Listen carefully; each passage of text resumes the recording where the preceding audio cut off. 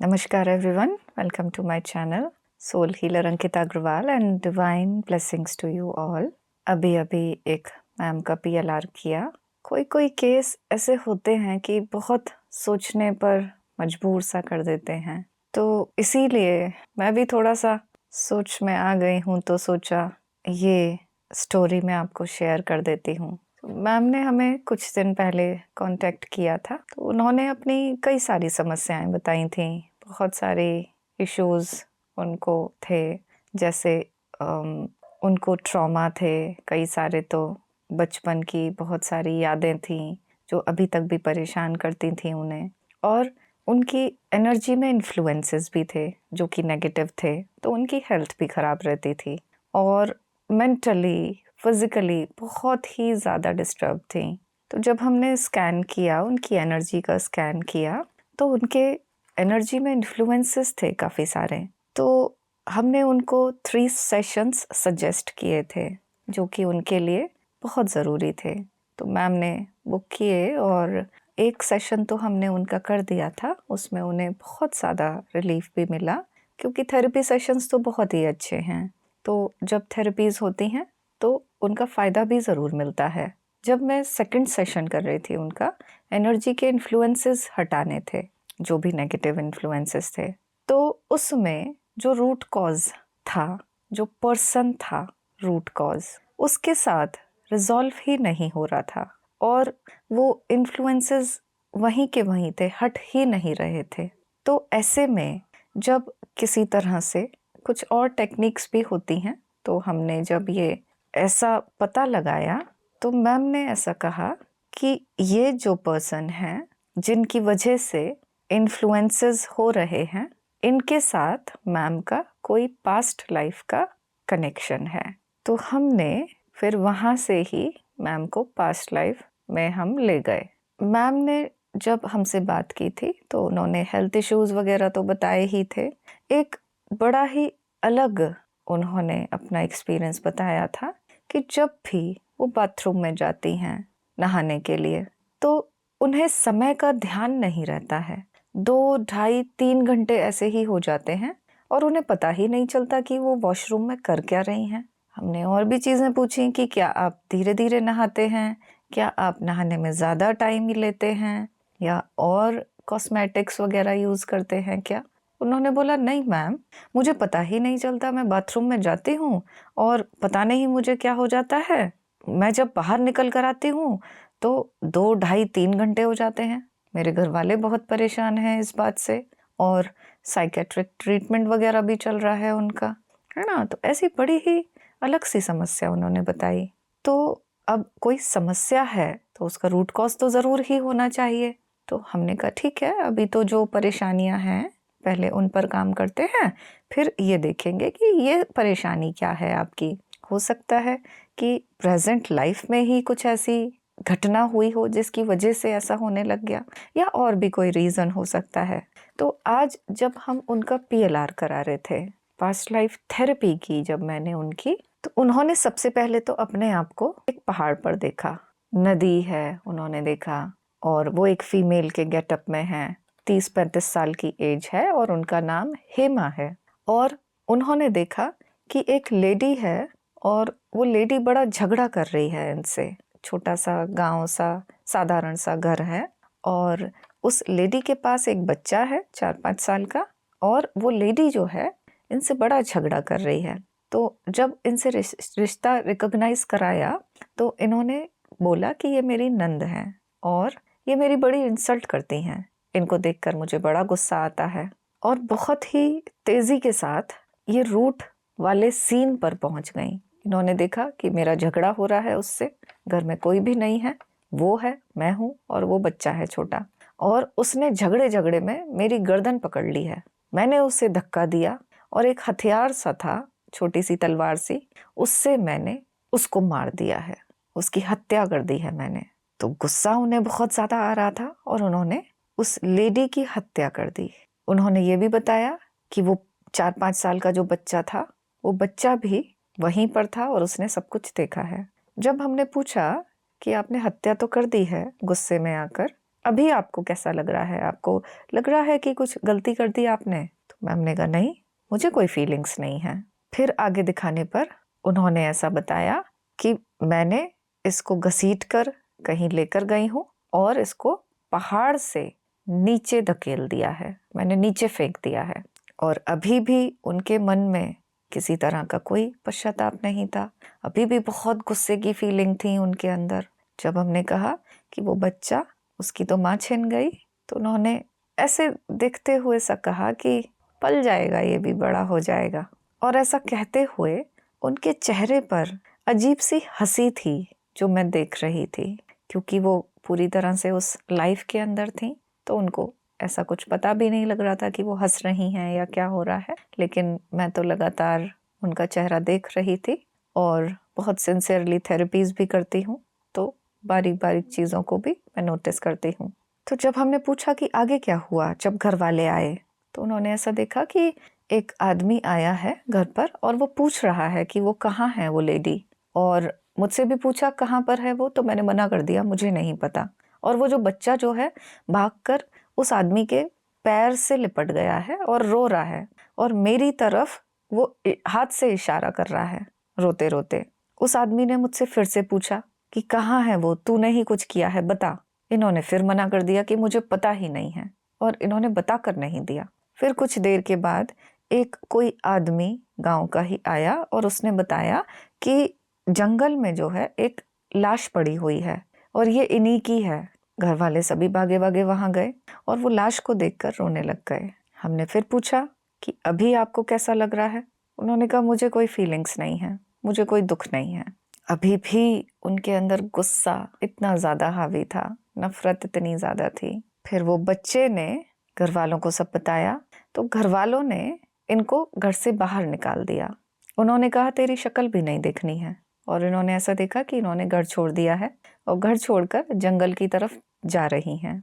दूर जंगल में चलने पर कुछ एक एरिया ऐसा आया जहां पर कि कुछ झोपड़ियां थीं।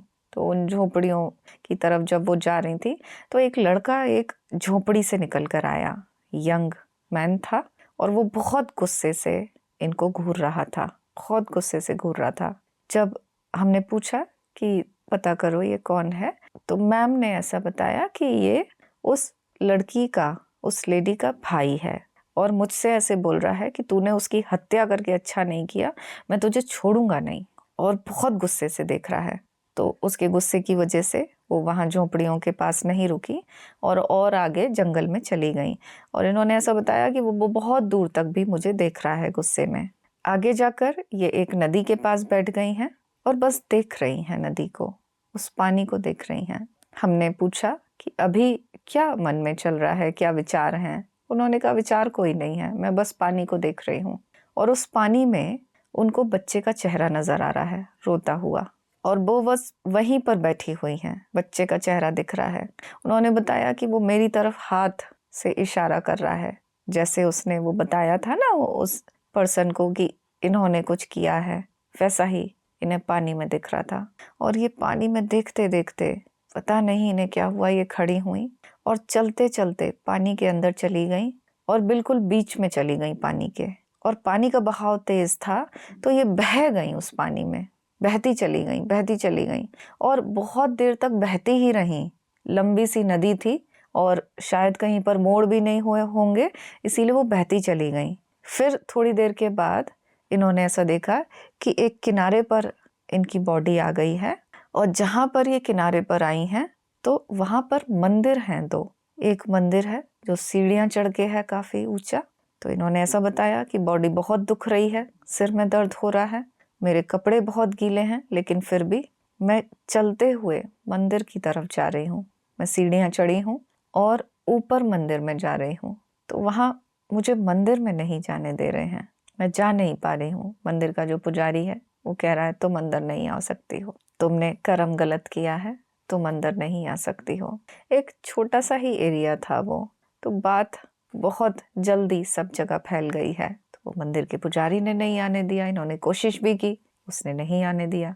फिर इन्होंने ऐसा देखा कि मैं फिर नीचे उतर के सीढ़ियों से नीचे आई हूँ और फिर से जंगल में चलने लग गई हूँ। आगे चलती चली जा रही हूँ, फिर से एक और नदी आई है और उस नदी के पास बहुत बड़ा पत्थर है। मैं उस पत्थर पे बैठ गई हूँ और मैं बस पानी को देख रही हूँ और मुझे पानी में बच्चा दिखाई दे रहा है।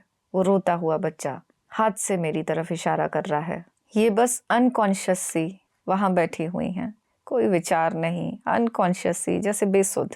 और उन्होंने ऐसा बताया कि ये जो धीरे धीरे शाम होती जा रही है, अंधेरा हो रहा है और ये जो पानी की आवाज आ रही है ये मुझे बहुत परेशान कर रही है, मुझे तकलीफ दे रही है। पानी का शोर मुझे तकलीफ दे रहा है। ये बच्चा, इस बच्चे का चेहरा मुझे बार बार दिख रहा है, ये मुझे बहुत तकलीफ दे रहा है। और मैंने दोनों हाथों से अपने दोनों कान बंद कर लिए हैं, आंखें बंद कर ली हैं, लेकिन फिर भी मुझे पानी की आवाज आ रही है और मुझे बहुत तकलीफ हो रही है पानी की आवाज से। ऐसा लग रहा है पानी मुझे बुला रहा है, ऐसा लग रहा है पानी मुझे बुला रहा है। इन्हें बच्चे के रोने की आवाज आ रही है, वही पुराना सीन दिख रहा है इन्हें। वो घर, उस घर में वो बच्चा रो रहा है, उनकी तरफ इशारा कर रहा है, वो ही बार बार उनके दिमाग में वही आ रहा है। और उन्होंने फिर ऐसा बताया कि मैंने पानी में छलांग लगा दी। वो पानी जो था ऊपर से आ रहा था, बहुत जोर का बहाव था उसका, तो ये उस पानी में वहीं की वहीं डूब गई। वहीं नहीं, वो एक प्रेशर ऐसा था ऊपर से जब गिर रहा था तो वो नीचे उनको ले गया पानी में और उनकी साड़ी दिख रही थी, उनके बस कपड़ा ही दिख रहा था, वो डूब गई वहीं पर। तो जब ये सीन उन्होंने एक्सप्लेन किया तो हमें समझ में आया कि क्यों वो अनकॉन्शियस हो जाती हैं पानी के टच में आते ही, कांटेक्ट में आते ही। उन्होंने ऐसा भी बताया था कि मुझे ऐसा लगता है जैसे पानी मुझे बुला रहा है। मैं अगर नल खोल देती हूँ पानी का, मुझे पानी छूने में डर लगता है। ये समस्या उन्हें बचपन से नहीं थी, कुछ सालों से ऐसी हुई है, कुछ ही सालों से अभी ये समस्या उनको होनी शुरू हुई है। और पानी में उनको पता ही नहीं लगता है कितना टाइम निकल जाता है ना। तो वो चीजें समझ में आई कि इसी वजह से ऐसा होता है। फिर उनका रिजॉल्व तो कराना था। एक ऐसी हत्या उन्होंने कर दी थी, इतना बड़ा पाप कर्म हो गया उनसे, गुस्से के वश में आके रिजॉल्व कराना था। फिर जब हम रिजॉल्व करा रहे थे, अब रिजॉल्व नहीं होके दे ये तो चीजें, बड़ी कोशिशें करनी पड़ गई। उस लेडी से माफी मांगनी थी, उस लेडी से रिजॉल्व करना था जिनकी इन्होंने हत्या कर दी थी, उस बच्चे से रिजॉल्व करना था और उस आदमी से रिजॉल्व करना था। और इन तीनों में से कोई भी रिजॉल्व करने के लिए तैयार ही नहीं था। बहुत मुश्किल से कर करा के रिजॉल्व कराया, बहुत समय लगा। इनको भी रियलाइज कराया कि आपसे गलती तो हो गई है, गुस्से में देखो क्या क्या हो जाता है। तो इन्होंने रियलाइज किया कि हाँ, गलती मैंने कर दी थी, ऐसा नहीं करना चाहिए था। लेकिन वो चीजें हो नहीं रही थी फिर भी, जो बहुत आसानी से हो जाया करती हैं, या कुछ कुछ केसेस थोड़े मुश्किल होते हैं, लेकिन इनका तो बहुत ही ज्यादा डिफिकल्ट रहा। ईश्वर से माफी मंगवाई, है ना, पाप किया था। खैर, रिजॉल्व मैंने जरूर करा दिया और जैसे होना चाहिए था वैसे ही रिजॉल्व कराया, चाहे कितनी भी देर लगी। इनके पूरे सेशन में 3-4 घंटे लग गए, 4 घंटे लग गए इनके सेशन में। और रिजॉल्व कराया, रिजॉल्व करा के मैम को वापस लेकर आए हैं। तो सारी चीज़ों को रिजॉल्व करा के ही लाए। वो पानी वाला जो परेशानी थी इनकी, वो भी मैंने वहीं पर रिजॉल्व कराई। अब ये इस लाइफ में ये कैरी नहीं करेंगी। इस लाइफ में तो छोड़ो, आगे की किसी लाइफ में भी ये कर्मा जो रिजॉल्व हो गया ये नहीं आएगा, है ना। उनका तो रिजॉल्व हो गया, लेकिन देखिए कैसे गुस्से के आवेश में क्या क्या हो जाता है। बुद्धि काम करना बंद कर देती है जब गुस्सा आता है, और वो रियलाइज भी नहीं होने देता है गुस्सा कि तुमने कुछ गलत कर दिया है। गुस्से पर काबू पाना कितना जरूरी है। कितने सारे लोगों का जीवन खराब हो गया इसमें। और मैम भी अब तक यहाँ पर परेशानियां झेल रही हैं। जो लेडी वहां पर थी जिसकी हत्या इनसे हो गई थी, वो ही लेडी अब इनके ऊपर ब्लैक मैजिक जैसे करा रही है। और वो जो आदमी था भाई, वो इस जन्म में तांत्रिक बन गया है। इतना ज्यादा इनके ऊपर इतनी परेशानियां कर रखी थी उसने, वो जान से मारना चाहता था, क्योंकि वैसी ही एनर्जी वो लेकर आया था कि तुझे छोड़ूंगा नहीं। तो देखिए एनर्जीज कैसे काम करती हैं। पास्ट से जो एनर्जी लेकर आ रहे हैं अपने आप ही काम करने लग जाती हैं। इस जन्म में कोई ऐसी बात नहीं हुई थी इनके साथ जो उन्होंने इनके ऊपर ऐसे नेगेटिव इन्फ्लुएंसेस कराने शुरू कर दिए, लेकिन पिछली एनर्जी ऐसी थी, जैसे ही ये सोल उनके कनेक्ट में आई, उस सोल के पीछे की फाइल खुल गई और उसने वैसे ही कराना शुरू कर दिया, मतलब बदला लेना सा शुरू कर दिया। किसी को नहीं पता कि क्यों हो रहा है ऐसा, क्या हो रहा है ऐसा। तो हमारे साथ हमारी लाइफ में जो कुछ भी हो रहा है, अगर उसका कनेक्शन पास्ट लाइफ से है तो हम किसी पर ब्लेम नहीं कर सकते हैं कि वो उसने ऐसा क्यों किया, या इसको ऐसा करना चाहिए था, या ये गलत था, या ये सही था। मेरा एक्सपीरियंस ऐसा रहा है कि पास्ट की एनर्जीज ऐसे ही काम करती हैं। उस इंसान को भी नहीं पता होता कि वो ऐसा क्यों कर रहा है, लेकिन वो कॉन्फ्लिक्टिंग एनर्जीज होती हैं, अपने आप काम करती हैं। जब दो लोग मिलेंगे लड़ाई ही होगी, जब दो लोग मिलेंगे पुरानी ही फाइल की एनर्जी काम कर रही होगी। तो इनको जब हम रिजॉल्व कर देते हैं तभी जिंदगी में सुकून आता है। हर एक सेशन से मैं भी कुछ ना कुछ सीखती रहती हूँ। इस सेशन में ये सीखा कि गुस्सा कितना भयानक रूप ले लेता है, लेकिन कर्म तो चुकाना ही पड़ता है। मैम बहुत सालों से बहुत कष्ट में हैं, बहुत ज़्यादा कष्टों में चल रही हैं। कर्म तो ज़रूर बैलेंस करना ही पड़ता है, और कुछ कर्म तो ऐसे होते हैं माफ़ी मांग मांग कर भी वो क्लियर नहीं होते हैं, जैसे कि इनका भी था। बाकी तो गुस्से के बारे में आप भी सोचिए, शांत कीजिए अपने आप को। शांत कैसे कर पाएंगे? जब एक्सेप्ट करेंगे लोगों को। एक्सेप्ट कैसे कर पाएंगे? जब समझेंगे कि जो दिख रहा है ज़रूरी नहीं है कि ऐसा ही हो जितना हमें दिख रहा है। हो सकता है इसके पीछे कुछ और भी चीज़ें काम कर रही हों। जब हम ऐसे एक्सेप्ट करते हैं तो आधा गुस्सा तो वैसे ही शांत हो जाता है, और अपनी समझ से समझ के अपने आप को समझाकर, ब्रेन को समझाकर उन चीज़ों को आप काफ़ी हद तक शांत कर सकते हैं, है ना? और फिर जब जैसे जैसे अपनी एनर्जी पर काम करते जाते हैं तो गुस्सा बिल्कुल ही ठीक हो जाएगा।